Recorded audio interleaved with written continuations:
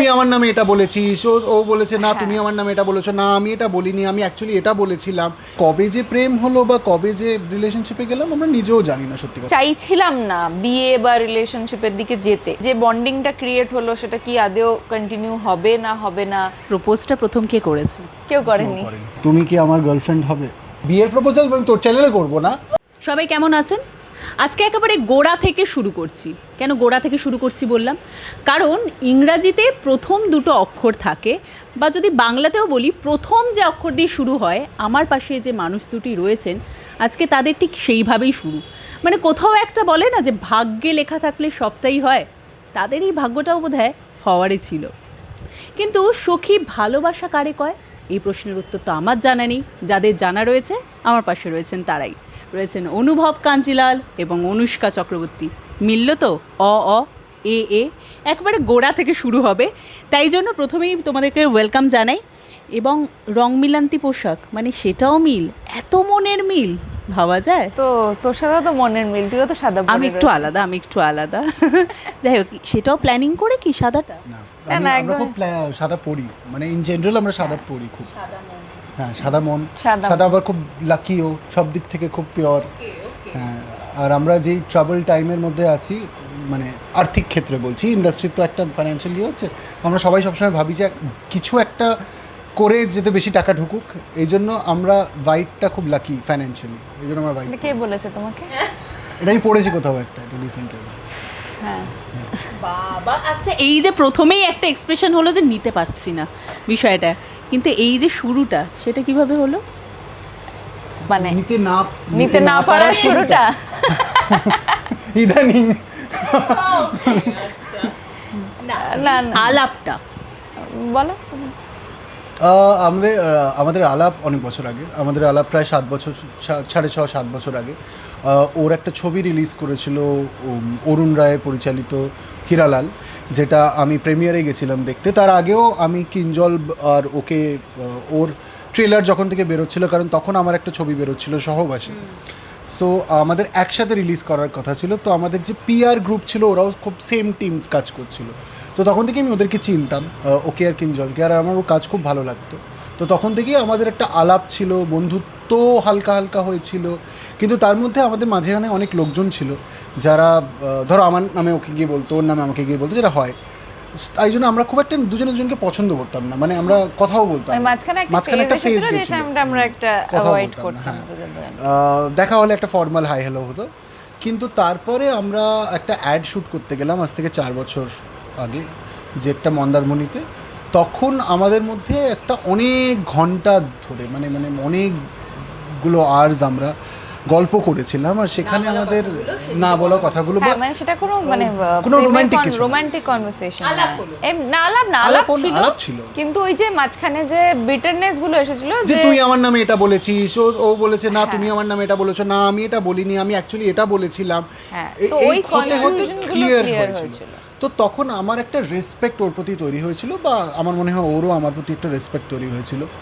তারপরে আবার আমরা খুব একটা, কিন্তু তারপরে আমাদের কথা হতে হতে আমিও আমার একটা ইমোশনাল টার্ময়েলের ফেজের মধ্যে ছিলাম, যেখান থেকে আমার মনে হলো যে সত্যি আমার বারবার ওর সাথে কথা বলতে ইচ্ছা করছে, আমার ভেতর থেকে আমি একটা কানেক্ট ফিল করছি। তো ওটাকে আমরা পারসিউ করলাম। তারপরে কবে যে প্রেম হলো বা কবে যে রিলেশনশিপে গেলাম আমরা নিজেও জানি না সত্যি কথা বলতে। কিন্তু তারপরে আমরা সাজঘর বলে একটা ছবি শ্যুট করছিলাম, যেটা আমার বাবা ডিরেক্ট করছিল, বোম্বাদা, অঙ্কুশ, আমরা সবাই ছিলাম। কিন্তু আমাদের লাকিলি আমাদের আর আমাদের খুব প্রিয় মানুষ যে আমাদের মধ্যে নেই, আমি তার কথা বলতে চাই, ভদ্রা বসু আমাদের সাথে ছিল। তো আমরা 3 জনে আমরা বেনারসে শ্যুট করছিলাম, আর বেনারসে আমাদের মধ্যে মেন ধরো প্রেম বা এটা একটা তৈরি হয়। তারপরে আমি ফিরে আসার পরও আমরা খুব আনশিওর ছিলাম সব কিছু নিয়ে, খুব একটা টার্ময়েল সিচুয়েশন ছিল তখন, কিন্তু আস্তে আস্তে যেটা হওয়ার সেটাই হয়েছে। বেনারসের মতো একটা পবিত্র স্থান দিয়ে শুরু হলো আর কি, মানে ব্যক্তিগত জীবনেও পার্বতীর আর কি আশীর্বাদটা রয়েছে, তাই তো? সেটাই দেখছি আর কি। এবার একটু তোমার থেকে শুনি যে তোমার এই ফিলিংস আসাটা তুমি কি করে বুঝলে? হ্যাঁ, মানে যেটা হলো যে বেনারসে তার আগে আমাদের ওই যেটা ও বললো যে আমাদের মধ্যেকার যে বিটারনেসগুলো যে কমপ্লিকেশনসগুলো হয়েছিল সেটা কাটে, এবং বেনারসে কিছু আমরা দুজনেই বুঝতে পারছিলাম যে একটা অদ্ভুত কানেকশন আমরা ফিল করছি। এবার যখন ফিরছিলাম তখন অ্যাকচুয়ালি মানে ওর, আমি জানি না ওর কী হয়েছিল, আমার মনে হয়েছিল যে মানে আউটডোরে না অনেক সময় এরকম হয় যে সুন্দর লোকেশনে শ্যুট করছি, রোমান্টিক সিন হচ্ছে, একটা তুমি কিছু মানুষের সাথে একটা জায়গায় রয়েছো, সেটা না একটা মানে কি বলবো, সেটা একটা মনে হয় যে এই লুপটার মধ্যে আমি আছি। এবং তারপরে যখন ফেরা হয় কলকাতা শহর, আবার নেক্সট দিন থেকে আবার ওই গতানুগতিক জীবনে যখন ফেরা হয়, তখন ওইটা অনেক সময় ওটা কেটে যায়। মানে ওটা আমার মনে হচ্ছিল যে হয়তো আমার এখন মনে হচ্ছে হয়তো কলকাতায় ফিরে কালকে থেকে আবার যখন আমি একটা রেগুলার লাইফে আসবো, আবার আমার হয়তো সেরকম কিছু মনে হবে না। তো আমরা মানে ওইটা নিয়ে আমরা খুব আনশিওর ছিলাম, কিন্তু মন খারাপও হচ্ছিল যে বন্ডিংটা ক্রিয়েট হলো সেটা কি আদেও কন্টিনিউ হবে না, বা সেটা নিয়ে করা মানে করব কি করব না, সেই রকম একটা কনফিউশন আমার মধ্যে ছিল। এবং তারপর আমি চেষ্টাও করেছি ফিরে, যে আমি একদমই মানে আমি খুব আমার মানে বাড়িতেও সবাই জানতো যে আমি চাইছিলাম না বিয়ে বা রিলেশনশিপের দিকে যেতে, খুব ভাবে চাইছিলাম না, মানে খুব কনসিয়াসলি আমি চাইছিলাম না কোনো কিছুর মধ্যে জড়াতে। কিন্তু সেই জন্য আমি অনেক অ্যাভয়েডও করার চেষ্টা করেছি, কিন্তু ওই যেটা আবার ওই মানে যেটা হওয়ার সেটা হবেই আর কি, যে কোনো না কোনোভাবে আবার দেখা হওয়া, কোনো না কোনোভাবে যে ঠিক আছে বলছে যখন আর একটাবার দেখা করেই নি, তো এইরকমভাবে হতে হতে হতে তো তারপর হয়েই গেল আর কি। বলছি প্রপোজটা প্রথম কে করেছে? কেউ করেনি এখনো অবধি, কেউ করেনি। আমাদের থাকতে থাকতে হয়ে গেছে, এখনো মানে ওই অফিশিয়ালি প্রপোজ বা কিছু সেরকম ভাবে হয়নি আর কি। ও গড, আমার কাছে গুলদস্তা রয়েছে, সেটা মোমবাতিই ধরুন, এই যে প্রেমও রয়েছে সাদা। কে কাকে প্রপোজ করবে? অনুষ্কা, তুমি কি আমার গার্লফ্রেন্ড হবে? আবার নতুন করে বিয়ের প্রপোজাল তোর চ্যানেলে করব না, তুমি কি তুমি আমার গার্লফ্রেন্ড হবে আবার করে, নতুন করে আমাকে ভালোবাসবে, সারা জীবন আমার পাশে থাকবে? এটা মানে এই ইন্টারভিউতেই দিয়ে দিতে হবে অ্যানসারটা? এতদিন অপেক্ষা করা যাবে না। আচ্ছা ঠিক আছে, অ্যাকসেপ্টেড। তোমার সাথে অরুণদার যে কানেকশন সেটা আমরা সকলে জানি, সেই জায়গাটায় বোধহয় মাথার উপর সেই ছাদটাকে হঠাৎ হারিয়ে ফেলা, সেইটা কোথাও একটা বোধহয় নাড়িয়ে দিয়ে গেছিলো। অনুষ্কার থেকে একটুখানি জানবো যে অরুণদার উপস্থিতি এবং অনুপস্থিতি দুটোই। অ্যাকচুয়ালি মানে অরুণদার উপস্থিতি আর অনুপস্থিতি নিয়ে যদি কথা বলতে চাই, আমার সঙ্গে মানে হ্যাঁ, আমি হয়তো ওই মানুষটাকে ফিজিক্যালি আর কি আমার চোখের সামনে এখন আর পাই না, বা আগে যেটা ছিল যে সব কিছুতেই ফোন করা বা সব সময় গাইডেন্স বা সব মানে সব সেটা হয়তো আমি এখন পাচ্ছি না। কিন্তু আমি যেটুকু আমার সিনেমার নলেজ বা আমি আজকে যেটুকু কথা বলছি বা যে কটা কাজ আমি করেছি, যে আমার শুরু হয়েছে সব কিছুই তো ওই মানুষটার জন্য। তো আমি যে আজকে এই একটা শর্ট সিনেমা দেখে একটু হলেও একটা শর্ট ডিভিশন বুঝতে পারি, বা একটু হলেও একটা সিনেমাটোগ্রাফির কিছু বুঝতে পারি, বা একটা স্ক্রিন প্লের মানে খুব সামান্য সেটা কিন্তু একটু হলেও বুঝতে পারি, সেটা তো ওই মানুষটার জন্য। তাহলে সেই মানুষটা অনুপস্থিত কোথায়? মানে সেই মানুষটা তো রয়েছে সবসময় আমার সাথে। বেশ, এটা কিন্তু দারুণ, মানে ও বুঝলো, মানে উপলব্ধিটা তুমি এখনো করো ওনাকে। হ্যাঁ, সবসময়ই রয়েছে, এবং আমার কাছে প্রচুর মানে ওনার প্রচুর এরকম জিনিস উনি হয়তো জানতেন যে উনি থাকবে না। আমি জানি না কি, মানে উনি অত্যন্ত একটা অনুভূতিশীল মানুষ ছিল, তো ওনার কী অনুভূতি ছিল আমি জানি না। উনি এমন কিছু জিনিস লিখে গেছে যেটা নিয়ে আমি কোনোদিন আমি ওনার সাথে আলোচনাই করিনি যে এই কাজটা আমি ভবিষ্যতে করতে, এবং পার্টিকুলারলি আমার জন্য আমি যখন ওনার এখনও ওই ঘরটাকে আমি রেখে দিয়েছি, ওই ঘরটা যে ঘরটায় উনি থাকতেন সেই ঘরটাতেই আমরা আমাদের একটা অফিস শুরু করেছি, এবং অফিস আমরা যে কোনো জায়গাতেই শুরু করতে পারতাম, কিন্তু যেহেতু ওই ঘরটায় বসে আমরা এত সিনেমা বানিয়েছি, এত সিনেমা নিয়ে আলোচনা হয়েছে, তো ওই ঘরটাকে রাখার জন্য, এবং শুধু তো এমনি রাখা যায় না, তো আমরা যদি ওখানে রেগুলার যাই, মিটিং করি, কাজ নিয়ে কথা বলি, আমার মনে হয় যে অরুণদা আছে আমাদের মধ্যেই আর কি, মানে যেটা আগে করতাম সেটাই এখনো হচ্ছে, এখনো গোপীদা আসছে ওখানে, এখনো আমাদের যারা অন্যান্য বন্ধুরা ছিল একসাথে যারা কাজ করতাম তারা আসে। তো ওই অরুণদাকে আমার কাছে রেখে দেওয়ার জন্য ওই ঘরটাকে আমি রেখে দিয়েছি, এবং তার মধ্যে অরুণদার অসংখ্য লেখা রয়েছে এবং অদ্ভুতভাবে এমন এমন জিনিস যেটা হয়তো আমি এখন গিয়ে ভাবছি যে কোনো একদিন আমি এটা নিয়ে একটা কাজ করব। আমি যখন অরুণদার লেখাপত্রগুলো ঘাঁটি আমি ওকেও দেখাই, ও জানে, ও মানে সাংঘাতিকভাবে মানে পুরো জিনিসটার সাথে অ্যাটাচ। আমি দেখি যে ওই লোকটা লিখে গেছে আমার জন্য, মানে উনি হয়তো জানতো যে আমি ভবিষ্যতে আমার একটা কিছু প্ল্যান করছি বা কিছু। তো সেই লোকটার আমি না অনুপস্থিতি, মানে ও সবসময়ই আমার সাথে রয়েছে আর কি, সেইটা হচ্ছে বিষয়। বাহ, এবারে যে একসাথে কাজ করার কথা শুনলাম, দুজনকে একসাথে পর্দায় দেখারও তো একটা দর্শকদের ইচ্ছা থাকে, নিজেদের কোনো প্ল্যানিং রয়েছে সেরকম? ডেফিনেটলি। ইনফ্যাক্ট আমরা যে দুটো ছবিতে আমরা অভিনয় করেছি সেই দুটো ছবি এখনও মুক্তি পায়নি, একটা দফন আর একটা সাঁঝঘর। তো আমি আর আমাদের দুজনের অ্যাজ কো অ্যাক্টার্স আমরা যখন কাজ করেছি তখন দফনের সময় তো আমরা প্রেম করছি, তো অ্যাজ কো অ্যাক্টার্স আমরা কোনোদিনও সেই ফিলিংটা আমাদের হয়নি যে বাড়ির কারোর সাথে কাজ করছি, বা দুজনেই খুব প্রফেশনালি আমরা কাজ করেছি। আর আমি চাইবো যে পরবর্তীকালেও আমরা সিরিয়ালের মাধ্যমে, সেটা হয়তো হবে না সম্ভব, কিন্তু অন্য যে কোনো মিডিয়ামে, ইনফ্যাক্ট আমাদের খুব ইচ্ছা আছে যে আমরা দুজনে কোনোদিনও যদি নাটক একটা বা কোনো স্টেজ প্লে আমরা দুজনে একসাথে করতে পারি, বা কোনো সিনেমা করতে পারি, তো খুব ভালো হবে সেটা। আমাদের মনে হয় খুব ভালো কেমিস্ট্রি অন স্ক্রিন। আচ্ছা, এই বিষয়ে একটা মজার বিষয় দিয়ে শুরু করলেও আমি খুব একটা সিরিয়াস প্রশ্নই তোমাদের কাছে করছি, যেহেতু তুমি বললে যে কোনো মাধ্যম। বর্তমানে ইন্ডাস্ট্রিতে আমরা দেখতে পাচ্ছি যে সবাই, যদি ধারাবাহিকের কথাই বলি তাহলে সেটাও টিআরপির ওপর নির্ভর করে। তুমি নিজেও দেখেছো যে দারুণ একটা টিআরপি থাকা সত্ত্বেও, দারুণ জনপ্রিয় হওয়া সত্ত্বেও কিন্তু একটা সময় সেটারও সময় চলে আসে। বা সিনেমাও দর্শকেরা লাইফের ক্ষেত্রেও তাই না, মানে একটা আমি একটা জিনিস আমি বুঝতে পারি না। আজকে ধরো আমি আমার কথা বলছি, মিলি খুব ভালো টিআরপি ছিল, মিলি 9 মাসে না 8 মাসে বন্ধ হয়। মিলির অপোজিটে যে ছিল অলওয়েজ ও বেটার স্লট লিড করেছে, আর খুব ভালো সিরিয়াল ছিল ওটা। মিঠাই একটা এক্সিলেন্ট সিরিয়াল, দুটোই তো শেষ হয়ে গেছে, মানে শেষ তো হবেই একটা সিরিয়াল। জার্নিটা বেশ ছিল, কিন্তু শেষ তো হবেই, সে 9 মাসে হবে না 2 বছরে হবে, তার বেশি তো চলবে না একটা সিরিয়াল।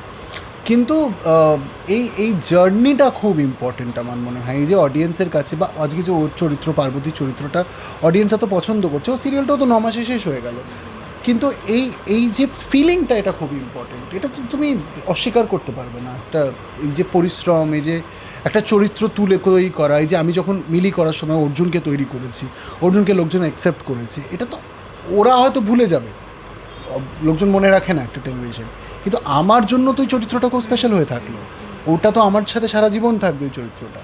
তো এটার কোনো ইয়ে নেই, সিরিয়াল তো শেষ হবে, একটা যে কোনো ভালো জিনিস কোনো না কোনো দিন শেষ হবে, সেটার কিছু ইয়ে নেই। এটা গেলো ধারাবাহিকের ক্ষেত্রে। সিনেমার ক্ষেত্রে আমরা দেখতে পাচ্ছি নানান স্বাদের সিনেমা কিন্তু এখন রয়েছে, মানুষের কাছে প্রচুর অপশনস রয়েছে, কিন্তু সেইভাবে কি সব সিনেমা কাজ করছে? সিনেমার গল্প যেখানে যদিও বা ভালো, কি মনে হয় তোমরা যেহেতু ইন্ডাস্ট্রির পার্ট, কোথায় সেই জায়গাটা, ফাঁকা স্থানটা কোথায় তৈরি হচ্ছে, যে মানুষের কাছে পৌঁছানোর কোনোভাবে সেটা কি ফাঁকা হয়ে যাচ্ছে, নাকি গল্পের জোর থাকছে না? কোন জায়গাটা? বাংলা সিনেমা, বাংলা ধারাবাহিক দুটোর ক্ষেত্রেই বলছি যে কোথাও একটা এখন সব কিছুই সময়ের ওপর হয়ে গেছে, অল্প সময়ের মধ্যে। এটা আমার ক্ষেত্রে যেটা মনে হয় যে এমন একটা পরিস্থিতিতে এসে আমরা দাঁড়িয়েছি বাংলা ইন্ডাস্ট্রির ক্ষেত্রে, যেখানে ইন্ডাস্ট্রির ভেতরের নিজেদের মধ্যে কমপ্লিকেশনস হোক, দ্বন্দ্ব হোক, বা আমাদের হল কমে যাওয়ার জন্য ছবির ব্যবসার ক্ষেত্রে এফেক্ট, এবং সেখান থেকে ছবির বাজেট কমে যাওয়া, এবং সেখান থেকে ছবির দিন কমে যাওয়া, এই সবকটা জিনিস তো একদম ইন্টারকানেক্টেড। এবং তার ফলে এই কম দিনের মধ্যে, কম টাকার মধ্যে তাড়াহুড়ো করে একটা ছবির ক্ষেত্রে আমার যেটা মনে হচ্ছে যে, এবং যেটা হয়ে যাচ্ছে হচ্ছে যে এই এত কমপ্লিকেশনসের মধ্যেও সিনেমা বানাতেই হবে, এই জেদটা নিয়ে আমরা একটা কাজ করে যাচ্ছি, এবং বানাতেই হবে, আমরা কেউই আর অন্য কিছু করতে পারি না।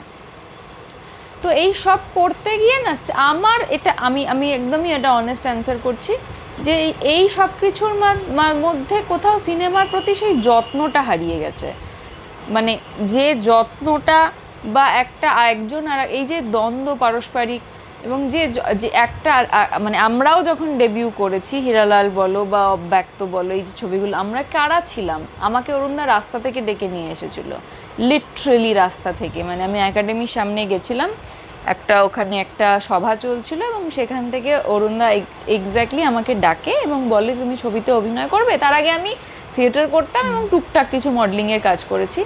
আমার কিচ্ছু আইডিয়া ছিল না সিনেমার ব্যাপারে। আমি জানতাম মানে যে ডিরেক্টর সেই ক্যামেরা চালায়, সিনেমাটোগ্রাফার বলে একটা কেউ হয়, আমি সেটুকুও জানতাম না। সেই মেয়েটাকে একটা এমন চরিত্র দেওয়া হয়েছিল যার মানে হীরালালের বউয়ের রোল, এবং যেখান থেকে মানে আমি সেভারাল মানে অ্যাওয়ার্ডস নমিনেশন সব কিছু পাই, এবং সেখান থেকে আমার জার্নি শুরু। এবং কিন্তু আমরাও যখন মানে আমাকে নিয়ে যখন ডেবিউ করা হয়েছে, বা আমার সাথে কিঞ্জলদা ছিল, কিঞ্জলদা তখন থিয়েটার করছে, কেউ চেনে না, আমাদেরকে নিয়ে একটা এত বড় ছবিতে ডেবিউ করা হচ্ছিল, ইন্ডাস্ট্রি কিন্তু সাপোর্ট করেছিল, প্রত্যেকটা ডিরেক্টর এসেছিল, প্রত্যেকটা এলিস্টার অ্যাক্টর প্রিমিয়ারে এসেছিল, এবং আমরা কাউকে আমরা নিজেরা রিলিজ করেছিলাম হীরালাল। মানে 3 বছর ছবিটা আটকে ছিল, রিলিজ হচ্ছিল না নানা কারণে, এবং আমরা নিজেরা দায়িত্ব নিয়ে, মেনলি কিঞ্জলদা অরুণদা দুজনে মিলে, আমি তো তখন অনেকটাই ছোটো ছিলাম, আমি তখন 2nd ইয়ার 3rd ইয়ারে কলেজের, তো রিলিজ করেছিলাম। এবার আমরা জানতাম না কাকে বলা উচিত, কাকে বলা উচিত নয়, সবাই নিজে থেকে, এই যে ওরাও যে গেছিলো, মানে সবাই নিজে থেকে ইনিশিয়েটিভ নিয়ে, যেরকম একটা ছবি হয়েছে, একটা ছেলে একটা সিনেমার জন্য 1 মাসের মধ্যে 25 কেজি ওয়েট লস করেছে, একটা ডিরেক্টর তার সর্বস্ব লুটিয়ে দিয়েছে একটা সিনেমা করার জন্য। তো এই সিনেমাটাকে আমাদের সাপোর্ট করা হচ্ছে, সেই সাপোর্টটা কোথায় এখন? মানে আমরা কি করছি? ওটাই আমি বলতে যাচ্ছিলাম, আমি মেন টপিকটাই আমি ওটা বলছিলাম, যে এই যে বললাম যে একটা অনেস্ট আনসার, ডিপ্লোম্যাটিক আনসার আছে। অনেস্ট আনসার আমি ডিরেক্টলি হয়তো দিতে পারবো না, এই জন্য ডিপ্লোম্যাটিক্যালি দিচ্ছি। Kerala film industry, Malayalam film industry আমাদের মতন একটা অবস্থায় ছিল একটা টাইমে, কিন্তু ওরা যে উঠেছিল তার একটা মেজর রিজন ছিল যে কোল্যাবোরেটিভলি সবাই ইন্ডাস্ট্রিকে দাঁড় করানোর চেষ্টা করছিল।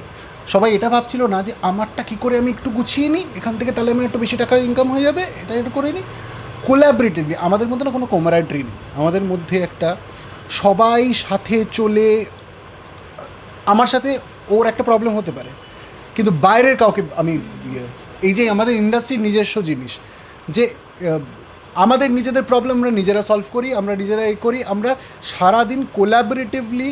তুমি দেখবে কোনো দিন নোটিস করবে, একটা মালয়ালম সিনেমা যখন শুরু হয় তখন ওদের যে ব্ল্যাক কার্ড থাকে, প্রথমে যে টাইটেল কার্ডসের আগে যে ব্ল্যাক কার্ডগুলো থাকে, সেটা প্রায় 6-7-8 মিনিটের হয়। সেখানে ওই ব্ল্যাক কার্ডের মধ্যে যারা সিনেমার মধ্যে ইনভলভডও নয় তাদের সবার নাম থাকে, মানে special thanks to Mammootty, special thanks to Mohanlal, special thanks to Dulquer, special thanks to Fahadh Faasil, ওরা জানেও না, কিন্তু সবাই কোনো না কোনোভাবে কোনো না কোনো মোমেন্টে এসে ওই ফিল্মটাকে সাপোর্ট করেছে। কোনো সিনেমা তুমি দেখবে না যে এরকম, আমরা করতেই পারবো না সেটা। আমি একটা ব্ল্যাক কার্ডের মধ্যে 10 জন ইম্পর্টেন্ট মানুষের নাম দিতেই পারবো না, কারণ ওই 10 জন ইম্পর্টেন্ট একসাথে কোনো দিনও একটা প্রজেক্টে বাউন্ড করবে না।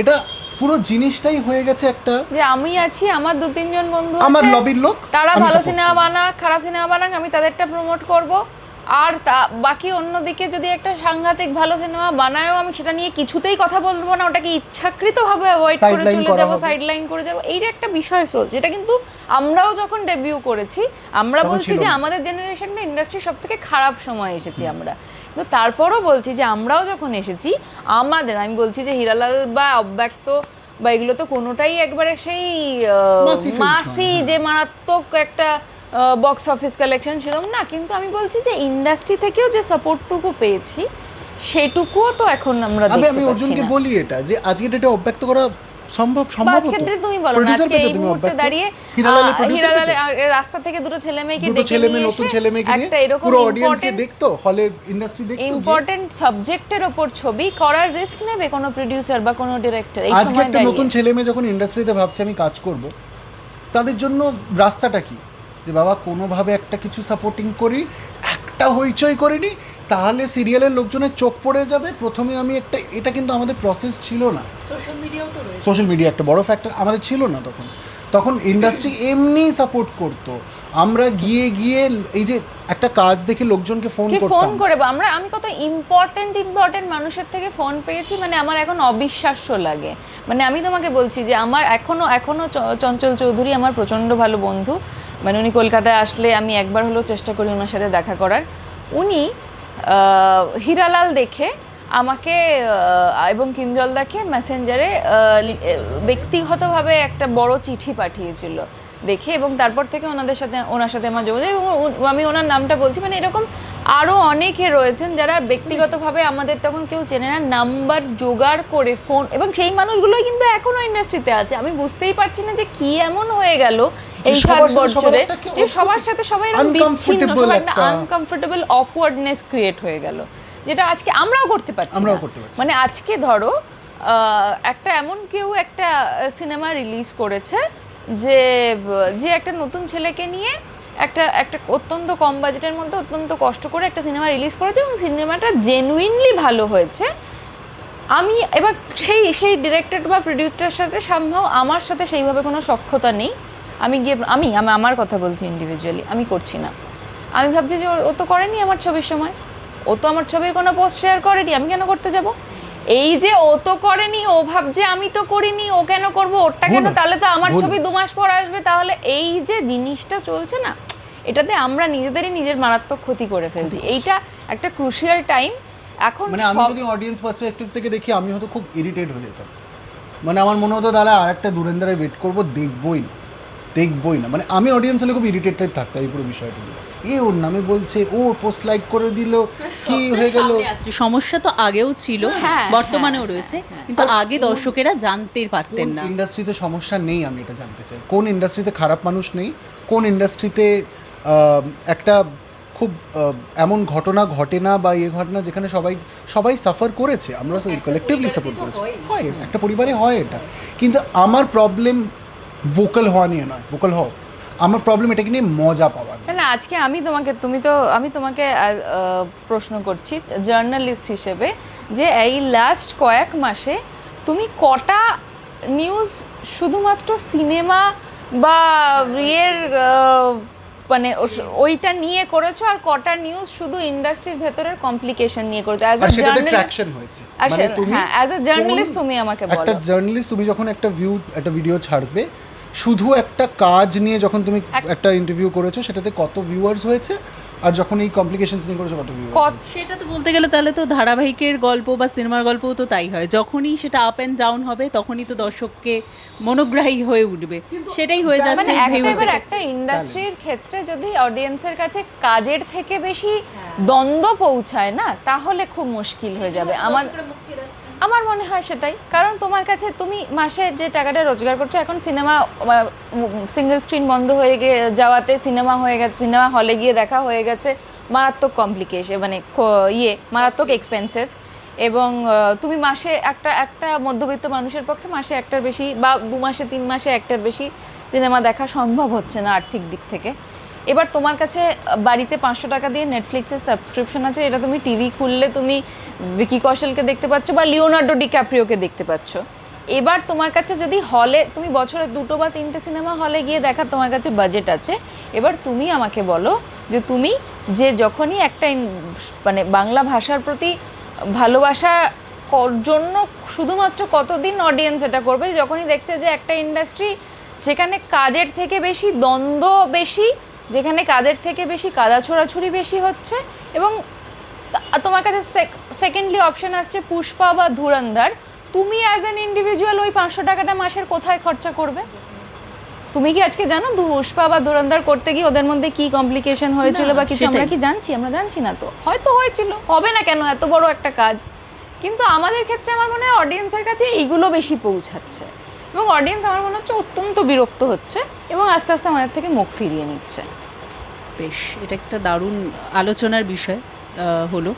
কিন্তু যেটা আমি এই মুহূর্তে দেখলাম যে কারোর কাছে কোনো জিনিস পৌঁছে যাওয়ার পর সেটা আবারও নিজের দিকে ফেরত নিয়ে আসার যে একটা প্রবণতা অনুভব কাঞ্জিলালের মধ্যে রয়েছে, সেটাও লক্ষণীয়। আমি জানি না ক্যামেরায় কতটা এলো আর কি বিষয়টা, কারণ কাউকে তো এটা দিয়ে প্রপোজ করা ছিল, মানে তোমাকেও এবার তাহলে প্রপোজটা করতে হবে, বুঝতে পারলে তো? মানে সুন্দর দেখতে, এটাও আজকে নোটিস করলো যে অনেক দিন ধরে এটা বাড়ির রুমের মধ্যে ছিল, সেটাও নোটিসই যেটা করেনি বের করেছে আমার খুব এটা আমাদের আমি বলি এটা আমাদের একটা বন্ধু গিফট করেছিল আমাদেরকে। হ্যাঁ না ওর একটা বন্ধু, আমার একটা বন্ধু, ওর নাম সঙ্গীতা, ও এনএসডি পাস আউট, ও এনএসডি শেষ করার পর আমার সাথে দেখা করতে এসে ও নিজে হাতে এটা বানিয়ে, এটা আর একটা ক্যান্ডেল আছে ওখানে, আমাকে এটা গিফট করেছিল। তো সেটা ও আজকে নোটিস করলাম। So sorry Sangeeta. বেশ, এটা আমাদের জন্যই হয়েছে, আমরা তো ক্রেডিট নিতেই পারি সেটার জন্য আর কি। আচ্ছা, এবার একটু আমায় বলো যে একটু সিরিয়াস বিষয়ে যেরকম গিয়েছিলাম আবারও ফেরত আসি আমরা। এই যখন বিষয় নিয়ে আলোচনা হচ্ছিল আমি দেখলাম একজন একটু ডিপ্লোম্যাটিক, আরেকজন একটু বেশি ব্রুটালি অনেস্ট। এইটা আমি কিন্তু লক্ষ্য করলাম আর কি। খুব ডিপ্লোম্যাটিক, ও খুব ডিপ্লোম্যাটিক সবকিছু। অপোজিট বিষয়টাই দেখলাম মনে হলো বাই এনি চান্স। ওর ক্ষেত্রে যেটা বিষয়টা হয়, দেখো আমি এটা বোঝানো কমপ্লিকেটেড হবে। ওর ক্ষেত্রে যেটা হয় যে ওর না মানে ওকে না একটু ওই হয় না যে আমাদের ক্ষেত্রে ভলিউমের যে বাটনটা থাকে বা বেস যে বাটনটা থাকে ওটাকে একটুখানি কন্ট্রোলে রাখতে হয়। এবার ও হচ্ছে হয় ও কোনো কিছুই সিরিয়াসলি অ্যান্সার করবে না, ও সব কিছুতেই একটা ইয়ার্কি করবে, আর ও যদি আবার ও মানে ও বলতে শুরু করে তো এমন এমন কিছু বলে ফেলে যেটা খুব সামলানো মুশকিল হয়ে যায়। তো সেই ক্ষেত্রে ওকে একটু ওটাকে আমাকে একটু করতে হয়। আমি আমার ক্ষেত্রে যেটা আমি আমার সমস্ত যেটা বলার সেটা আমি বলি, কিন্তু সেটা আমি মোড়কে না হলো একটা আমি আমি কাউকে ডিসরেসপেক্ট করে কথা বলতে পছন্দ করি না। তো সেক্ষেত্রে আমি কাউকে ডিসরেসপেক্ট করি না। একটা বিষয় হচ্ছে আমি দর্শকের কাছে ক্লিয়ার করে দিই, এটা আমি দিল্লিতে বর্ন অ্যান্ড রেজড, আমি ভাবি হিন্দিতে, তারপরে সেটাকে আমার মাথা ট্রান্সলেট করে বাংলায় বেরোয়। এই জন্য আমি গুছিয়ে যেহেতু আমি বলতে পারি না বিষয়টা, এই জন্য আমি যখন একটা কিছু খুব সিরিয়াসলি প্যাশনেটলি বলতে শুরু করি আমি বাড়তি কথা বলে ফেলি। এই জন্য আমি ওটাকে পুরোটাই এখন ডিপ্লোম্যাটিক্যালি আগে ভাবি যে কি বলা উচিত, তাই জন্য বলি। কিন্তু যেটা আমি বুঝলাম, আমার মনে হয় দর্শকেরাও বুঝবেন, যে প্রেমে থাকুন বা বিয়েতে থাকুন, ওই যে কথাটা রয়েছে না, যত ঘুড়ি ওড়াও রাতে লাটাই কিন্তু একজনের হাতেই থাকে। ওই যে ভলিউমের আপ অ্যান্ড ডাউনটা কিভাবে করতে হবে সেটা একজনের হাতে রয়েছে। একটা মারাত্মক কালচারাল ডিফারেন্স রয়েছে তো কলকাতা আর দিল্লির মধ্যে, মারাত্মক একটা কালচারাল ডিফারেন্স রয়েছে, সেটা আমি ওর সাথে না মিশলে বুঝতে পারতাম না। কি বুঝলে মিশে? আবার একটা কন্ট্রোভার্সিয়াল টপিকে ঢুকি। মানে যেটা হয়েছে যে আমিও জানতে চাই, আরে মারাত্মক কালচারাল ডিফারেন্স রয়েছে, মানে যেটা করে এটাকে আমি একটু ডিপ্লোম্যাটিক্যালি বলি, সেটাকে ভাবতে হবে দাঁড়া, যে এক দিল্লি এটা এটা কোন জেলার হয়ে প্রশ্ন করতে মানে করতে এসেছি এক দলে আছে। হ্যাঁ, যে মানে কলকাতার লোকেদের মধ্যে একটা দুঃখ বিলাসিতা রয়েছে সব সময়, আর দিল্লির লোকেদের মধ্যে একটা হ্যাপি গো লাকি ব্যাপার রয়েছে। এবং এই যে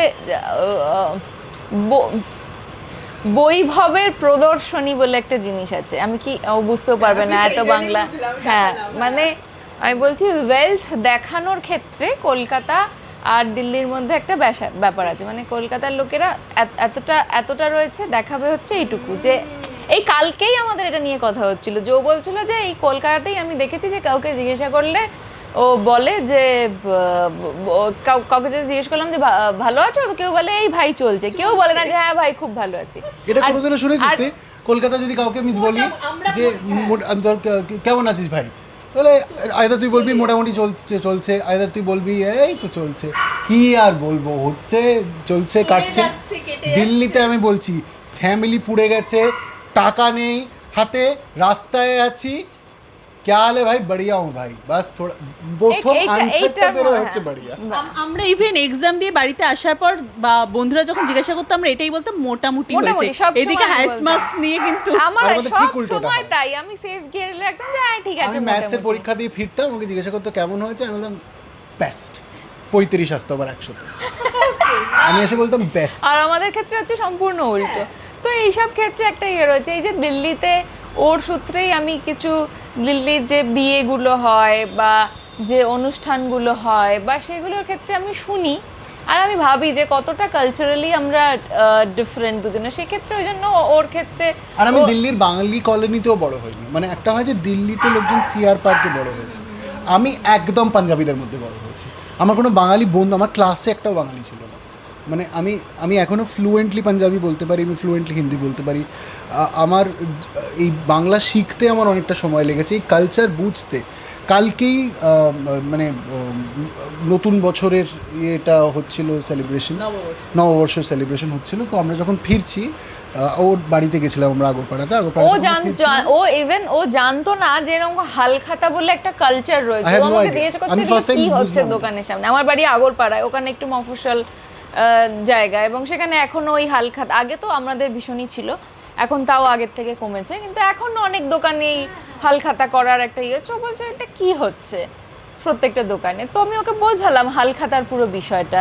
তো এরকম অনেক কিছুই ওর থেকেও আমি দিল্লির ব্যাপারে, ওখানকার কালচারের ব্যাপারে এমন এমন জিনিস শুনি যে এটা দুটোই এত বিজার মনে হবে যে এটা কি আলাদা মনে হবে, যে আমারও মনে হবে আমার হচ্ছে তো নর্মাল, এটাই হয়। হ্যাঁ, মানে এই যে আমাদের বাবা মারা মানে আমাদের স্কুলে মানে আলাদা আলাদা ইকোনমিক ব্যাকগ্রাউন্ড থেকে ছেলেমেয়েরা পড়তো, এবং সেখানে আমি ওদের স্কুলের ক্ষেত্রে যখন শুনি, ওদের স্কুলের ওদের বন্ধুবান্ধবদের যে লাইফস্টাইলটা ছিল, বা তাদের কাছে যে পরিমাণ টাকা থাকতো, বা তারা ছোটোবেলা থেকেই ব্র্যান্ডেড জামা কাপড়, এক্সপেন্সিভ ওয়াচ, গাড়ি করে আসছে। আমাদের স্কুলেও কিন্তু যথেষ্ট পরিমাণ সব রকম ব্যাকগ্রাউন্ডের ছেলেমেয়েরা থাকতো, কিন্তু আমাদের কিন্তু মোটামুটি সবারই লাইফস্টাইলটা এক ছিল। আমি একটা ব্র্যান্ড দেখে বলে দিতাম, এখনো যদি কোনো কাউন্টারফিট দেখি আমি কোনো, ও হয়তো বুঝতে পারবে না। মানে ও যদি কেউ এসে বলে যে এটা রোলেক্স, হয়তো সত্যি মানবে, হ্যাঁ হতেই পারে এটা রোলেক্স, আমি দূর থেকে দেখে বলে দেবো ওটা কি। বা আমার ক্ষেত্রে এখনো যেটা রয়েছে যে মানে খুব অনেস্টলি আমরা যে পলিটিক্যাল সিনারিওর মধ্যে বড় হয়েছি, বা ছোটবেলা থেকে যে যে মতাদর্শগুলো আমাদের মধ্যে ঢোকানো হয়েছে, পরিবারের মধ্যে একটা পলিটিক্যাল আইডিওলজি দেখেছি, সেক্ষেত্রে কিন্তু আমি এখনও, মানে আমার কাছে যত টাকাই এসে যাক না কেন, আমি হুট করে একটা মানে মারাত্মক, মানে আমি বলছি একটা, আমার কাছে যত টাকা এসে যাক না কেন, আমার কিন্তু 2 লাখ টাকার একটা ব্যাগ আমি হয়তো কোনোদিন কিনতে পারবো না। এটা আমি আমার কথা বলছি, আমার একটু হাতটা কাঁপবে, আমার না 2 লাখ টাকার একটা ব্যাগ কেনার কি কোনো প্রয়োজন আছে? মানে এটা একটু তো আর দিল্লির আইডিওলজি হচ্ছে কাল দেखेंगे। হ্যাঁ, মানে देख लेंगे, आज अभी क्या नीड है लग्जरी, कल देखेंगे क्या होगा। সম্পূর্ণ দুটো আলাদা কালচার, সেক্ষেত্রে আমাদের একটু মানে মতভেদ সারা জীবনই থাকবে, কিন্তু হ্যাঁ আমি অনেকটা ওর মতো। আমি সেভিংস এর কোনো কনসেপ্টই জানতাম না, আমি ওর সাথে থাকার পর আমি সেভিংস এর কনসেপ্ট বুঝতে পেরেছি। হ্যাঁ, মানে ও জানতোই না, ও জানতো যে মানে টাকা আছে কেন খরচাটা করব না, সেটাই বুঝতে পারছি। আর আমরা হচ্ছে যে মানে আমি স্পেশালি আমার বাবা মাও যে খুব সারা জীবন মানে মধ্যবিত্ত ফ্যামিলি যেটা হয়, যে টাকাটা আসতো সেটা মাস চলতেই বেরিয়ে যেত, তো সেইভাবে সেভিংস হতো না। কিন্তু সেই জন্য আমি দেখেছি যে যেহেতু আমার বাবা খুব একটা সেভ করতে পারেনি, তো ক্যারিয়ারের একদম আর্লি স্টেজ থেকে আমি চেষ্টা করেছি যে বিপদের সময়ের জন্য একটা টাকা সরিয়ে রাখা হয়। তো এগুলো আমার মধ্যে বরাবরই রয়েছে। ওর ক্ষেত্রে সেটা একদম নেই। ওকে যখন আমি শুরুর দিকে বলতাম, ও আকাশ থেকে পড়তো যে মানেটা কি, মানে কেন? আমার কাছে যদি 1000 টাকা আছে, আমি 750 টাকার বিরিয়ানি কেন খাবো না? হ্যাঁ, আর আমার ক্ষেত্রে হচ্ছে যে আছে তো আমার কাছে, কালকে তো নাও থাকতে পারে। 500 টাকা সেভ করব, আর বাকি 500 টাকাটা দিয়ে আমি 5 দিন চালাবো। তো মানে ব্যাপারটা হচ্ছে সেটা আমার ক্ষেত্রে।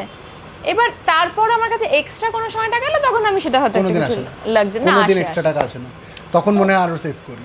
তো এটা একটা অন্য, মানে এটা দিয়ে কথা হতে থাকবে। এটা পুরো আমরা ঘরের মধ্যে ঢুকে গেছি, ঘরোয়া আড্ডা যদিও বা, কিন্তু এটা একটু বেশি ঘরের মধ্যে ঢুকে যাচ্ছে, সেই নিয়ে আমি কথা বলতে চাই না। বেডরুমে ঢুকে গেছো। এরপর যেটার দিকে যাচ্ছে, এরপর আমরা সেভিংস অ্যাকাউন্টে কত টাকা আছে, এফডি, সব বলতে শুরু করে দেবো আর কি। ব্যাংক ব্যালেন্স নিয়ে আমি একটা এপিসোড বানিয়ে নিতে পারবো। না, একদম আমি এটা ছোট্ট এপিসোড হবে, খুব তাড়াতাড়ি রিলের মধ্যে শেষ হয়ে যাবে, 30 সেকেন্ড রিল। আচ্ছা, আপনারা আইডিয়া করে নিলেন তো, ঠিক আছে, এটাই যথেষ্ট। এবার একটু আমায় বলো, এই যে দুজনের ভাবনা চিন্তা বেড়ে ওঠা সবটার মধ্যে এতটা পার্থক্য থাকার পরও যে মানুষটা এখন একে অপরের পাশাপাশি বসে রয়েছে, সব থেকে বেশি অ্যাট্রাক্ট করেছিল কোন জিনিসটা? আলাদা রয়েছে, সারা জীবনই মতভেদ থাকবেই আর কি, সেটা খুব মিলে গেলেও বোধহয় সমস্যা। অ্যাকচুয়ালি অপোজিট পোল তো অ্যাট্রাক্টস। তো ওই পয়েন্টটাই বলছি যে সবচেয়ে বেশি আমাকে অ্যাট্রাক্ট করেছিল ওর কমপ্লিটলি আমার থেকে অপোজিট হওয়াটা। কারণ আমার মনে হয় যে আমি কী করে এটা ভালো করে বলতে হবে, দাঁড়াও। আমি ছোটোবেলা থেকে খুব সুপিরিয়রিটি কমপ্লেক্সে বড় হয়েছি, যেখানে আমার মনে হয়েছে আমি যেটা ভাবছি, আমি যেটা করছি সেটাই ঠিক, there is no other way. আমার মনে হয়েছে যে ডিসিশনটা আমি নিচ্ছি, আমি 100টা ক্যালকুলেশন করে নিচ্ছি, ক্যারিয়ার ওয়াইজ বলো বলো, it is perfect, I don't need anything ওখানে। আমি কারোর থেকে, এই জন্য আমি কোনো লাইফের কোনো বারই আমার ছোটোবেলা থেকে এখন অবধি খুব যে আমি কারোর সাথে কিছু ডিসকাস করেছি সেরকম করতাম না আমি, কারণ আমার যেটা ইনস্ট্যান্ট বলতো আমি করতাম। আমার এই ফার্স্ট, যেহেতু অনুষ্কা একদম কমপ্লিটলি একটা ডিফারেন্ট পার্সোনালিটি, আমার প্রথমবার আমার বিপরীত কোনো আইডিওলজিকে আমার ভালো লাগতে শুরু করলো, যে না ও যেটা বলছো সেটাও ঠিক বলছে। আমি এটা কোনোদিন হতোই না, কারণ আমি সবসময় বলতাম কিন্তু মনে মনে ভাবতাম হ্যাঁ আমি ঠিক, শুনিনি, একটু জ্ঞান দিচ্ছে শুনিনি। কিন্তু ওর ব্যাপারটার ক্ষেত্রে আমার সত্যি কিছু জিনিস আমি দেখলাম যে না, ও যেটা বলছে হয়তো আমার থেকে কমপ্লিটলি অন্য, কিন্তু ইট মেক সেন্স, যেটা আমার খুব অ্যাট্রাকটিভ লেগেছিলো ওর ব্যাপারে। আর চট করে মানে আমার যারা আমার ইন্ডাস্ট্রিতে খুব, আমাকে দেখে খুব একটা লাউড পার্সোনালিটি মনে হয়, আমি নই। আমি বাড়িতে প্রচণ্ড ইন্ট্রোভার্ট, আমার সেই অর্থে খুব একটা বন্ধু বান্ধবও নেই। যারা আছে তার মধ্যে একজন চলে গেছে আমাদের ছেড়ে, ছিল যে, আর তাছাড়া যে আমার খুব ক্লোজ সার্কেল বলতে গেলে 2-3 জন, তার মধ্যে অর্জুনও একজন, যে আমার খুব খুব কাছের বন্ধু ডে ওয়ান থেকে। কিন্তু আর আমার কাউকে প্রয়োজনও মনে হয়নি যে আমার আরও বন্ধু বান্ধব দরকার বা বা আমার জন্য কমপ্লিট সার্কেলটা। এবার কাজ করতে গিয়ে বন্ধুবান্ধব হয়, কদিন আড্ডা মারা হলো, হলো, বা এই সিরিয়াল চলাকালীন আমার খুব ভালো বন্ডিং সবার সাথে হয়েছে। খেয়ালি, ঐন্দ্রিলা, ধ্রুব, ঈশানী, এই পুরো টিমটার সাথে আমার খুব ভালো বন্ডিং হয়েছে। কিন্তু মানে খুব ইনার সার্কেল নয় তো এটা, মানে ইনার সার্কেলে যেহেতু ও, আর ওর সাথে আমি প্রথমবার আমি দেখলাম কি আমি কোনো মানুষের সাথে বোর হচ্ছে না কোনো সময়। আমার কোনো সময়ই মনে হচ্ছে না যে অনেক হলো এবার, কারণ আমার হয় এটা, আমার অনেক সময় কেউ বাড়িতে থাকলে আমার মনে হয় আমি ওকে প্রচণ্ড ভালোবাসি হয়তো, কিন্তু আমার ভেতরে ভেতরে মনে হয় যে এবার যাক হয়েছে, এবার একটু একা বসি। ওর ক্ষেত্রে আমার কখনো সেটা মনে হয়, এটা একটা বড় ফ্যাক্টর আমার মনে হয় আমার দিক থেকে অ্যাট্রাকটিভ ওর লাগার, যে আমি নিজে।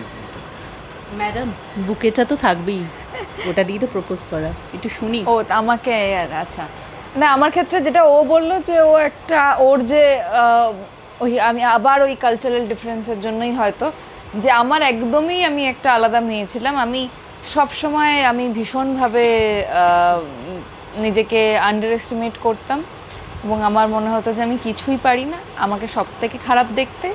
এবং আমার মধ্যে আমার সবসময় আমার প্রফেশন একটা কাজ করে আসলেও আমার দেখে মনে হতো, মানে আমি এমন হয়েছে যে আমি একটা কাজ করার পর লিটারালি লোকজন মানে ভগবানকে বলেছি যে কাজটা যাতে না বেরোয় না, ঠাকুর কাজটা বের করো না, মানে আমার নিজের এত খারাপ লাগছে। তারপর যখন কাজটা বেরিয়েছে আমি দেখছি সবাই ভালো বলছে, আমার নিজের ভালো লাগছে না, আমার কোনো কিছুই নিজের ব্যাপারে ভালো লাগতো না কোনো দিনই। তো আমার ক্ষেত্রে সেটা ছিল, এবং আমার না অর্ধেক জিনিসের সাহসই ছিল না অ্যাটেম্প্ট করার।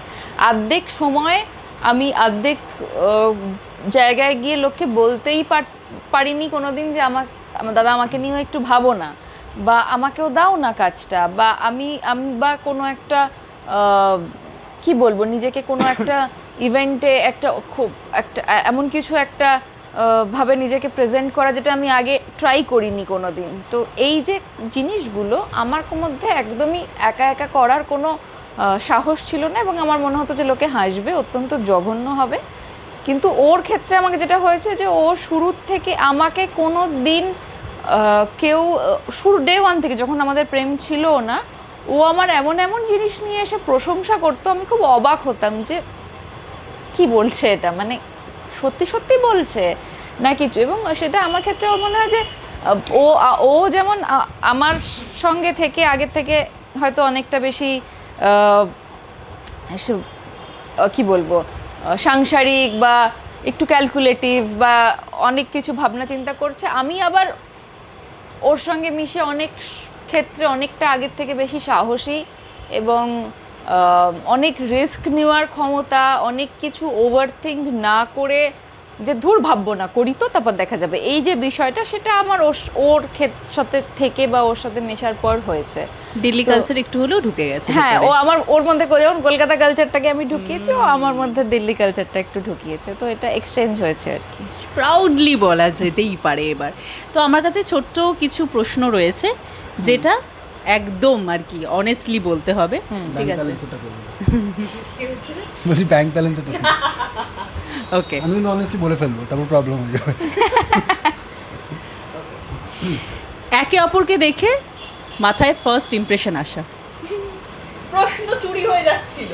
মাথায় ফার্স্ট ইমপ্রেশন আসা বলতে ফার্স্ট টাইম যখন আমাকে দেখেছিলি ফার্স্ট ইমপ্রেশন কি এসেছে? ও বলো। দুজনেই কি উত্তর মানে সাজিয়ে নিচ্ছে না, বোঝা যাচ্ছে। না, আমি ভাবছি অনেস্ট আনসারই দেবো। অনেস্ট অ্যানসারই দেবো। আমার মনে হয়েছিল একদমই ইন্ডাস্ট্রিতে ফিট করে না এই মেয়েটা, টু সিম্পল। ফার্স্ট আমার মনে আর আমার মনে হয়েছিল যে একদমই স্পয়েলড চাইল্ড, দিল্লি কা লন্ডা, একদমই মানে আমার সাথে কোনোভাবে জেলাপ করা পসিবল না। এত কিছু ভেবে ফেলেছিলিস দেখে? মানে জেলাপ মানে আমি এমনি বলছি যে হয় না যে দেখে ये लड़का मेरे से कभी दोस्त नहीं होगी इसकी, दिल्ली में पला बड़ा है, स्पॉइल्ड है। কেন এত কিছু ভাবলি ফার্স্ট টাইম দেখে আমাকে? তো তুমি কেন বাবা মাকে দেখে ভেবেছিলে যে আমি ইন্ডাস্ট্রিতে? খুব ভালো অ্যাক্টর, সিম্পল, খুব টু সিম্পল।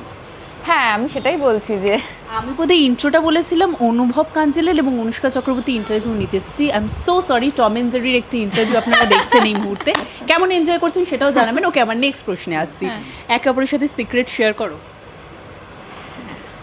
কিসের সিক্রেট? ও ওকে, আইলো কি জিজ্ঞাসা করছো? ও গড, মানে আমি জীবনের সাথে ইন্টারভিউ করব না। সিক্রেট শেয়ার করি। হ্যাঁ হ্যাঁ, সব মোটামুটি ওর ব্যাপারেও আমি জানি না, মানে ও আই ডোন্ট নো, ও আমাকে বলেছে যে ও সব বলেছে, আর আমার ব্যাপারে ও সবই জানে। সব সত্যি কাউকে কোনোদিন বলা যায় না। ফোনের পাসওয়ার্ড আমারটাও জানে, ওরটা আমি জানি না। 10 বার ওর সামনে খুলিও কোনোদিন, আমি যদি মনে থাকার যদি ইয়ে না থাকে তো কিছু করার নেই। আমারটাও ও সারাক্ষণ আমারও বলছে। অনেস্টলি তোরটা মনে নেই।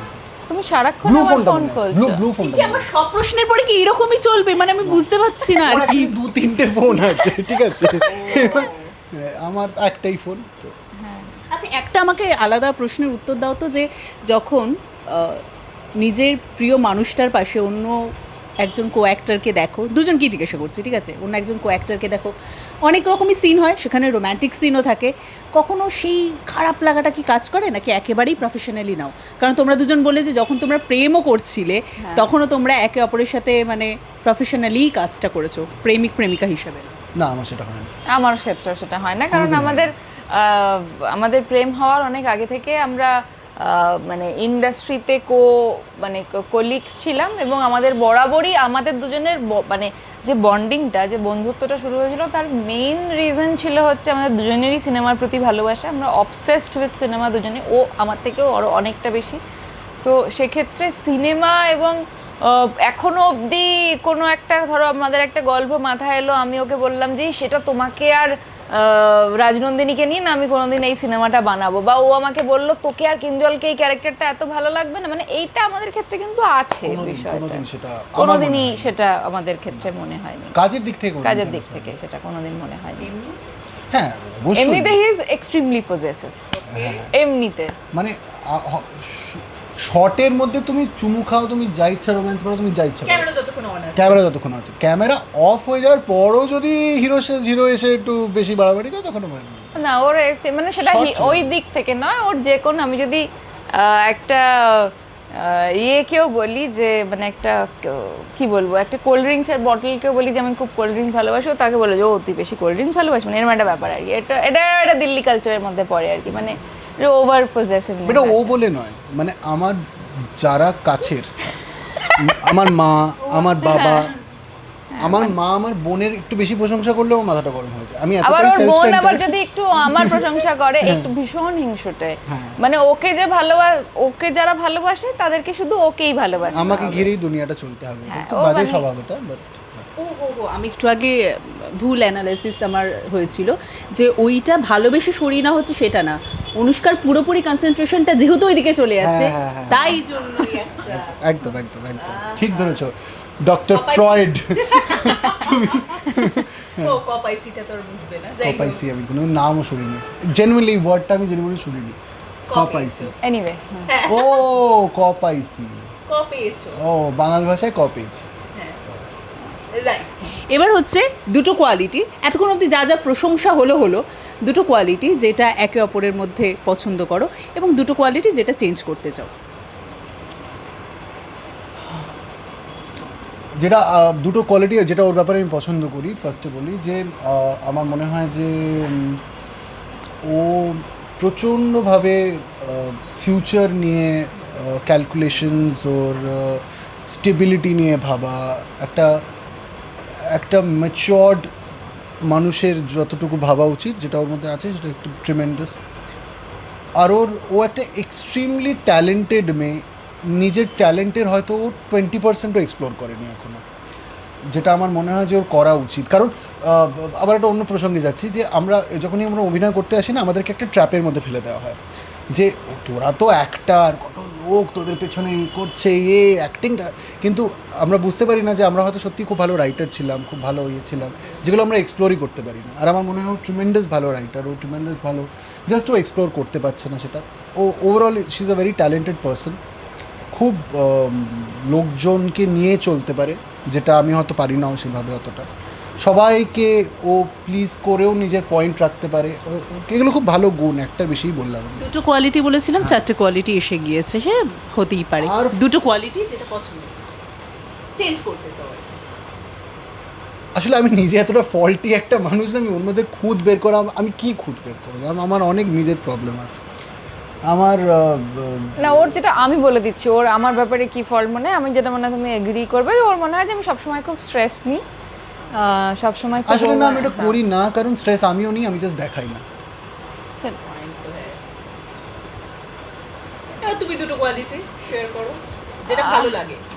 ও আর একটা খারাপ কোয়ালিটি হচ্ছে, ও অ্যাস্ট্রোলজিক্যালি খুব মাথা ঘামায়, যেটা আমি আগে করতাম না, এখন আমার মাথায় খুব ঢুকে গেছে। কারণ ওর বাবা খুব ফেমাস অ্যাস্ট্রোলজার, ওর ফ্যামিলিতে সবাই অ্যাস্ট্রোলজি নিয়ে, ও নিজে অ্যাস্ট্রোলজি নিয়ে খুব বিয়ে, তো আমি এগুলো নিয়ে আগে ভাবতাম না, কিন্তু এখন খুব আমি নিজেও খুব কনসিয়াস হয়ে গেছি। ওর প্রবলেম হচ্ছে, ও নিজে এসে 14 বারই আমাকে জিজ্ঞাসা করবে যে তাহলে কি হবে, তাহলে আমার টাইমটা তাহলে কিরকম দেখাচ্ছে, তারপর যেই আমি বলবো যে তোমার না এই টাইমটা একটু এটা প্রবলেম দেখাচ্ছে, তুমি এটা মনে বল যে আরে আর তুই কেন আমাকে এগুলো বলিস, মানে ও নিজেই এসে জিজ্ঞাসা করলো, কিন্তু তা যখন আমি বলবো তখন প্রবলেম। এটা কাকু বিয়েটা কবে একটু জানিয়ে দেবেন। হ্যাঁ, ওর যেটা সব থেকে ভালো কোয়ালিটি আমার মনে হয় যে ও ওরকম নয় যে ও একটা যেটা অন্য এই ওর সমবয়সী ছেলে মেয়েদের মধ্যে আমি যেটা দেখতে পাই, যে একটা মারাত্মক বড় ফ্রেন্ড সার্কেল, একটা বাইরের একটা দুনিয়া রয়েছে, ও অত্যন্ত একটা ফ্যামিলি পার্সন। আর ওর লাইফে খুব কম মানুষ রয়েছে যাদেরকে ও ভালোবাসে, কিন্তু যাদেরকে ও ভালোবাসে তাদের প্রতি তাদের জন্য ওর কোনো বাউন্ডারি নেই ভালোবাসার, মানে ওটার কোনো লিমিট নেই, ওটার তাদের কেউ মানে তাদের জন্য হি ক্যান ডু এনিথিং। আর মানে এক্সট্রিমলি কেয়ারিং, সেটা ওর মানে সেটা যে কেউ, মানে সেটা আমি বা ওর মা বাবা, বোন বা আমার মা বাবা শুধু না, তার বাইরেও 2-4 জনের মানুষ আছে যাদেরকে ওরা আলাদাও করবে না, যে ও তো আমার ফ্যামিলির নয়, তাহলে আমি কেন ওর বিপদটায় যাব, বা ওর কিছু হয়েছে তো আমি কেন, আমার কি মাথা ঘামানোর দরকার। সেটা অ্যাকচুয়ালি আমাদের দুজনেরই এইটা ম্যাচ করে অনেকটা, যে যাদেরকে আমরা ভালোবাসি তার মানে ভালোবাসি, এবার তার জীবনের দুঃখ, তার জীবনের আনন্দ সব কিছুর মধ্যেই আমি আছি, মানে তার আনন্দে যদি আমি পার্ট হতে পারি, সে যদি কোনো বিপদে পড়ে তার সেই বিপদটারও আমি সমানভাবে পার্ট হব। তো সেইটা ওর মধ্যে একটা খুব ভালো কোয়ালিটি রয়েছে। এবং আরও একটা যেটা আমি সেটা আগেও বললাম, যে ও মানে আমার থেকে অনেকটা বেশি সাহসী। ও যতটা মানে আমি ওকে দেখেছি যে একটা ধরো কোনো একটা অত্যন্ত এমন একটা কিছু, আমাদের তো এরকম নানা কিছু আপস অ্যান্ড ডাউনস চলতে থাকে, যে হয়তো আমরা একটা কিছু আশা করছি যেটা হবে এবং সেটা হলো না, এবং সেটা নিয়ে আমি প্রচণ্ড আপসেট হয়ে গেলাম, ও হয়তো আপসেট হলো, কিন্তু ও তার ওই বিষয়টাকে, ওই নেগেটিভিটিটাকে কাটিয়ে এত তাড়াতাড়ি ও আবার একটা উঠে দাঁড়িয়ে আবার একটা নতুন কিছু প্ল্যান করা, আবার আমাকে মোটিভেট করা, সবাইকে মোটিভেট করা, এই পরিবেশটাকে পুরো আবার একটা যে লড়াই করার যে একটা তো এনার্জি লাগে, সেটা ওর মধ্যে এতটা বেশি রয়েছে আমার থেকে, সেটা আমার মনে হয় যে আমাকে অনেকটা মানে হ্যাঁ অনেকটা আমাকেও অনেকটা এগিয়ে নিয়ে যায়। এবং ওর খারাপ কোয়ালিটিগুলো নিয়ে আসলে আমি এতটাই সবসময় বলি যে আমার আর বলতে ভালো লাগে না, এগুলো সবাই অ্যাকচুয়ালি অডিয়েন্সও জেনে গেছে। খারাপ কোয়ালিটি আর কী বলবো, যে ওর একটু একদমই আমার যেটা মনে হয় যে একটু খাওয়া দাওয়া বা বাকি লাইফস্টাইল নিয়ে একটু ডিসিপ্লিন হওয়া উচিত। আগের থেকে অনেকটা হয়েছে, কিন্তু আমার আরও বয়স বাড়ছে, হচ্ছে, তো আর একটু ডিসিপ্লিন হওয়া উচিত। আর একটা আমার মনে হয় আর একটা যেটা আমার ওর জঘন্য লাগে, যেটা আমার ওর ব্যাপারে সব থেকে কোয়ালিটি হচ্ছে ও সব সিচুয়েশনেই আর কি করে। তো সেটা আমার, আর ওকে আমি যেটা ধরো বললাম যে এটা না বলবে না, একটা লোক আসছে বা কেউ একটা আসছে রিলেটিভ আসছে যে উনি এই টপিকটা পছন্দ করে না, ওনার সামনে এটা বলবে না, তো ওটা মানে ওটা লিখে রাখা যায় যে উনি ঢোকার সাথে সাথে ফার্স্ট ওই টপিকটাই বলবে। তো এটা একটা জঘন্য কোয়ালিটি ওর, বাকি এমনি ভালো।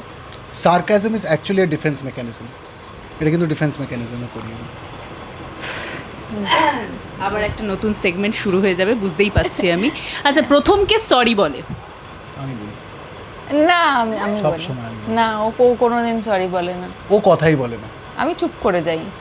ও চুপ করে অন্য, ও ঝগড়া করার পার্টি নয়। একটা হয় না যে ঝগড়া হয় খুব ও হচ্ছে হ্যাঁ ও চায়, না না না, ও চায় যে তুই এসে মানে ঝগড়া কর, কথা বল, কর, মানে ওটার ফাইট হোক একটা। আমার হচ্ছে কি, আমার মাথাটা গরম হলো, ঝগড়া করলাম, ভুলে গেলাম, মিটে গেল। আর আমি আমাকে আধ ঘন্টা পর আমার মনে নেই কি নিয়ে হচ্ছে, যেখানে জায়গাই পাওয়া যাচ্ছে না, মাথা গরমটা। আর ও আজকে ঝগড়া হয়েছে, ও তখন হয়ে গেছে সর্ট আউট, 6 মাস পর সেই টপিকটা যখন উঠবে আমার তখন মনে নেই আমার তখন কি নিয়ে হয়েছিল, ওই দিনকে তুমি যখন এটা বলেছিলে আমাকে। ওটা একটা বিষয় রয়েছে। আর আমি একদম কথা মানে আমি যদি অ্যাকচুয়ালি আমি যদি কোনো সময় ঝগড়া করছি, তার মানে আমি এটা সবাই যারা আমার ক্লোজ তারা সবাই জানে, তার মানে আমি রেগে নেই। আমি ঝগড়া করছি মানে আমি অ্যাকচুয়ালি রেগে নেই। আমি যদি রেগে আছি তার মানে আমি কথা বলতে পারি না, কারণ আমার একটা প্রবলেম আছে, আমি রেগে গেলে কেঁদে ফেলি। তো আমি ওই ব্যাপারটা শো করতে চাই না। তো যার জন্য আমি খুব যখন রেগে যাই তখন আমি কারোর সাথে কথা বলি না, আমি একদম চুপ করে যাই, আমি ডিট্যাচ করে নিই সব কিছু থেকে। আর সেটাতেও আরও রেগে যায়। এইজন্য সরি বলে দাও বেটা, গিয়ে না এখন ভাবি না প্রথম কে বলেছে সেটা কিন্তু এখন উত্তর পাওয়া গেল না। আমি বলেছি না, আমি হয়তো সরি বললাম যে ঠিক আছে সরি, কিন্তু সেই সরিটাও একটা মানে নেই, এটা তো কোনো সরি হলো বলে আমি এবার ডিট্যাচ হয়ে গিয়ে করছি আর কি, মানে ডিট্যাচমেন্ট দেখাচ্ছি, তো সেটাতেও আরো ইরিটেট হয়েছে। বেশ সুন্দর বিষয়টা হলো আর কি, অনেকগুলো সিক্রেট আমরা জানতে পারলাম, কিন্তু যে সিক্রেটটা জানতে পারলাম না বোধহয় সেটা উত্তর কাকুই দিতে পারবেন। কার বাবা? আমার বাবা না ওর বাবা? বিয়েটা যেন বেশ কবে?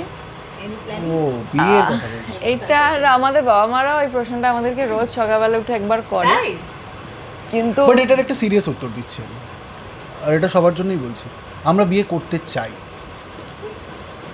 অসুবিধাটা হচ্ছে যে একটা বিয়ে করতে গেলে অনেক টাকার দরকার হয়, অনেক লোককে খাওয়াতে হয়, আর আমরা এখন নিজের যেহেতু ফিউচার গোছাচ্ছি, নিজের সব কিছু নিয়ে সেভিংস নিয়ে ভাবছি, আমরা 10টা নিয়ে, আমাদের মনে হচ্ছে যে এত বাড়তি লোকজনকে খাওয়ানো কি লজিক্যাল? না না না, আমি তোমাকে বলছি, কিন্তু সবাই একটা এক্সপেক্টও করছে, আমরা এটা ক্যালকুলেট করছি। হ্যাঁ মানে আমাদের যা একটা, আমরা খুব অনেস্টলি বলছি, আমি জানি না ইন্টারভিউতে বসে এই কথাগুলো বলা ঠিক, এতটাও বলা ঠিক কি ঠিক না, কিন্তু বলছি যখন বলি যে আমরা না একটা জীবনে দুজনেই একটা এমন সময়ে দাঁড়িয়ে রয়েছি যে আমাদের হাতে আর নেক্সট 1-2 বছরের মধ্যে আমাদেরকে অনেক কিছু করতে হবে। আমরা দুজনেই একটা অফ ক্যামেরা একটা ক্যারিয়ার চাই, কারণ আমরা দুজনেই দীর্ঘ সময় বিহাইন্ড ক্যামেরা কাজ করে কাটিয়েছি, এবং আমাদের দুজনেরই মনে হয়, এবং আমাদের দুজনেরই মানে আমি অরুণদা আমার গুরু, এবং ও বলতে গেলে ওর মেন স্ট্রিম যে ক্যারিয়ারের জার্নিটা সেটা অর্জুনদার সাথে শুরু করেছে। তো এই যে সেই অর্থে আমাদের ইন্ডাস্ট্রির সব থেকে যদি ক্লোজ মানে মানুষ বলি সেটা অরুণদা এবং অর্জুনদাই, এবং এদের সাথেও দীর্ঘদিন আমরা অ্যাসোসিয়েট থেকে কন্টিনিউয়াসলি পুরো একটা মানে সিনেমার জুতো সেলাই থেকে চণ্ডীপাঠ সব রকম কাজ শিখেছি, করেছি, এবং তারাও এটা বিশ্বাস করে যে আমরা হয়তো বিহাইন্ড ক্যামেরার সামনে যতটা আমরা করতে পারি তার থেকে বেশি ভালো কাজ করতে পারবো, এবং আমরাও সেটা বিশ্বাস করি। তো আমরা একটা এমন এজে দাঁড়িয়ে রয়েছি, আমরা একটা ইন্ডাস্ট্রির এমন সময়ে দাঁড়িয়ে রয়েছি যেখানে আমাদের খুব তাড়াতাড়ি একটা প্যারালাল ক্যারিয়ার শুরু করা উচিত, এবং আমাদের বলে না, আমার মনে হয় ইন্ডাস্ট্রির সবাই একটা প্যারালালি একদমই একটা, কারণ আমাদের ফাইন্যান্সিয়ালি আমরা এমন জায়গায় একটা situation, West Bengal as a whole যাচ্ছে ইন্ডাস্ট্রি, সেটা ফর হোয়াট এভার রিজন আমাদের মনে হয় যে সবারই একটা মাল্টিপল কিছু অ্যাসপেক্ট নিয়ে আগে নিজের, আজকে আমাদের বাবা মা অসুস্থ হলে আমাদের কাছে যত টাকা থাকে আমরা সব, তারপরে আমরা ভাববো যে আমরা কটা লোক খাওয়াচ্ছি, কটা লোক কি করছি।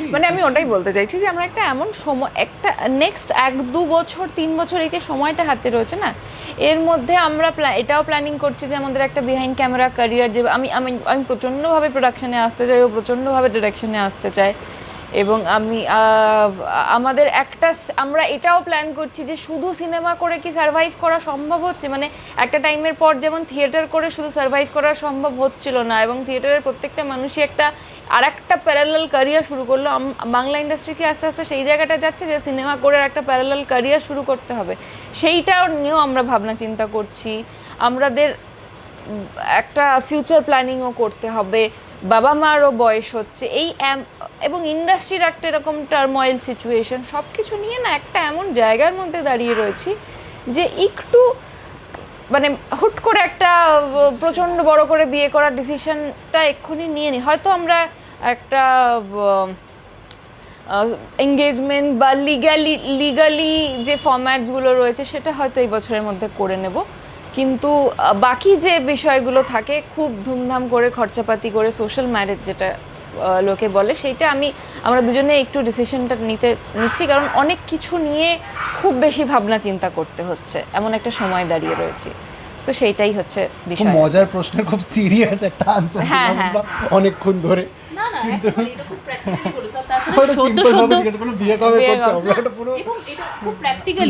সদ্য প্রপোজ করা মানে করেছে, এখন তো একটু সময় লাগবে জানতে একে অপরকে, সময় লাগবে।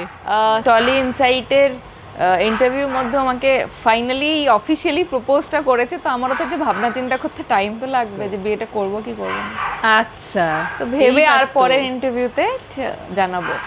বেশ, কিন্তু তোমাদের দুজনকেও ইন্ডিভিজুয়ালি এবং একসঙ্গে কাজ দেখার অপেক্ষায় দর্শকেরাও রয়েছেন। তো শেষ পর্যন্ত যেটা বলা হয় জনতাই জনার্দন, তাদের জন্য কি বলতে চাইবে তোমরা? বলতে চাইবো যে আরও কটা সুযোগ দাও। খুব প্যাশনেটলি লোকজন কাজ করার চেষ্টা করছে। খুব ডিফিকাল্ট টাইমে আমরা আছি, যারা খুব অনেস্টলি একটা ক্রিয়েট করার চেষ্টা করছি, সব অডিয়েন্সদের খুশি করার চেষ্টা করছি, সেটা ধারাবাহিকের মাধ্যমে হোক বা সিনেমার মাধ্যমে হোক। আরও কটা সুযোগ দাও, এক্ষুনি হাল ছেড়ো না আমাদের থেকে, মানে আমাদের ইয়েতে ভালোবাসো। আমরা সবসময় ভালোবেসেছি, আমরা সবার জন্য করেছি, আমরা খুব রেগুলার মানুষ, খুব নর্মাল মানুষ। আমাদের 10টা প্রবলেম আমাদের আছে, যেগুলো অডিয়েন্সেরও আছে, তোমাদেরও আছে। তো আমাদেরকে আইডিয়ালাইজ করো না, শুধু কাজটুকু রেসপেক্ট করো। আমরা খুব ডিফিকাল্ট একটা সিচুয়েশনে সবাই নিজের মতো করে সার্ভাইভ করার চেষ্টা করছি। অনেক সময় আমি আমার সহকর্মী বা অনেক ক্ষেত্রে দেখি যে তাদের প্রতি অডিয়েন্স বিরক্ত হয়ে যাচ্ছে তাদের ফেসবুকে গিয়ে, এবং আমাদেরও অনেক সময় হয়তো আমরা ফ্রাস্ট্রেশন বা অনেক কিছু ক্ষেত্রে একটা কিছু বলে ফেললাম, এবং সেখানে এসে অডিয়েন্স নিজেদের যে আমাদের প্রতি ক্ষোভ রয়েছে সেটা উগরে দিচ্ছে। আমি বলছি যে একটু আমরা মানে যেরকম আমরাও তো রক্ত মাংসের মানুষ, আমরাও অনেক কিছু ফেস করছি, অনেক কিছু মধ্যে দিয়ে আমাদেরকেও যেতে হচ্ছে, তো ভুল ত্রুটি আমাদেরও হয়। অনেক ভালো ছবিও হচ্ছে, অনেক ভালো কাজও হচ্ছে আর কি, মানে সেটাই বলার। Thank you so much. আর এরকমই তোমাদের টম অ্যান্ড জেরির দুষ্টু মিষ্টি খুনসুটিগুলো চলতে থাকুক, কারণ সোহাগে আদরে ঝগড়ায় খুনসুটিতে ভালোবাসা তো আরও বেড়ে যায়, সেটাই সবার কাছে কাম্য। তোমাদের এই খুব ভারী কথা হয়ে গেল। খুব ভালো ইন্টারভিউ হলো, খুব ভালো ইন্টারভিউ, খুব এনজয় করলাম interview. Thank you so much. কিন্তু দর্শকেরা কতটা এনজয় করলেন, কারণ আবারও জনতা জনার্দন, আপনাদের এই আড্ডাটি কেমন লাগলো সেটা কমেন্ট করে জানাতে ভুলবেন না। এরকম আরও আড্ডা দেখার জন্য অবশ্যই নজর রাখুন টল ইনসাইট চ্যানেলে।